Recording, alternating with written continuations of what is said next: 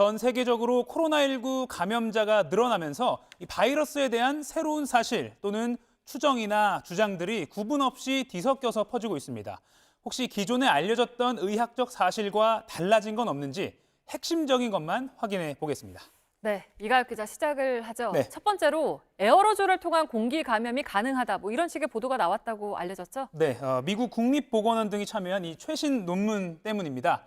이 분무기로 에어로졸 환경을 인위적으로 만든 실험실 환경에서 코로나19 바이러스가 얼마나 생존했는지를 확인했는데 3시간으로 나왔다는 겁니다. 하지만 이게 공기 전파 가능성을 받아들일 근거냐?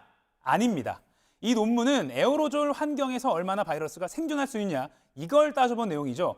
이런 실험과 관측은 그동안에도 많았습니다. 정작 중요한 건 이런 실험실이 아니라 일상생활에서 에어로졸 감염이 가능하냐인데 네. 거의 드뭅니다. 이 에어로졸은 이렇게 일부 병원 치료 때처럼 매우 특수한 조건에서만 만들어집니다. 이 공기 감염은 여전히 WHO 등 공식 기관에서는 주된 감염 경로라고 고려되지 않고 있습니다. 네, 그리고 공기 전파 우려 못지않게 지금 계속 나왔던 것이 무증상 전파 가능성 이거잖아요. 네. 지금 시점에서 봤을 때 공인된 사실이 나온 게 있습니까? 만약에 감염된 사람이 아무런 증상을 스스로 느끼지 못하다가 나도 모르는 사이에 다른 사람에게 코로나19를 옮길 수 있느냐, 네. 이 문제인데요. 여전히 가능성은 매우 낮습니다. 이 논문으로 보고된 무증상 감염 사례는 중국과 독일에서 이렇게 2건뿐입니다. 국내 상황도 마찬가지입니다. 들어보시죠.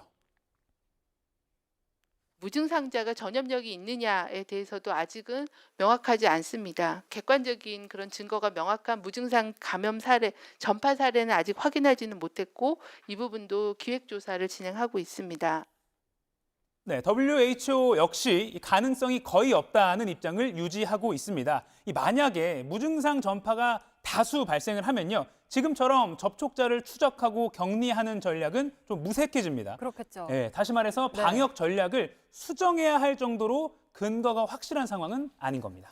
네, 그리고 다음으로 볼 주장은 바이러스가 더 강력하게 변이했다. 이런 네. 주장도 있잖아요. 이건 어떤가요? 지금 유럽에 대규모로 확산된 게 혹시 바이러스가 강력하게 이런 성질로 변이된 거 아니냐, 네. 이런 주장도 섞여 나오고 있는데요. 역시 공인된 사실이 아닌 걸로 밝혀졌습니다. 중국 과학원 연구팀이 비슷한 논문을 낸 경우는 있습니다. 하지만 문제가 된 내용, 즉 바이러스가 더 위험해졌다, 이 표현은 근거가 부족했다면서 자진 철회했습니다.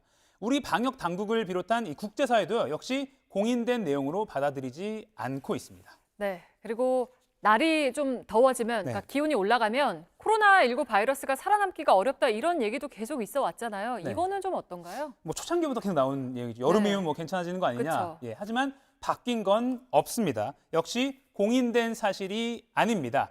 실제 중국의 한 대학 연구진의 분석이 있긴 합니다. 비공식 논문인데요. 온도와 확진자 수 정도의 요소만 가지고 조금 좀 이렇게 거칠게 분석한 결과입니다. 이런 통계는 더 중요한 방역 정책이나 또는 의료 수준 같은 변수에 따른 착시일 가능성이 큽니다. 그러니까 다른 요소 때문에 좀 확진자가 줄어들고 이런 게 전혀 고려되지 않은 분석이라는 건데요. 코로나19와 기온의 상관관계는 실제 날이 더워지기 전에는 예측이 어려운 상황입니다. 들어보시죠. 기온 변화로 이게 약화될 거라는 그런 기대를 갖는 것보다는 좀 더 면밀한 그런 준비와 모니터링이 필요하다고 생각을 합니다. 네, 잘 들었습니다. 팩트체크 이가혁 기자였습니다.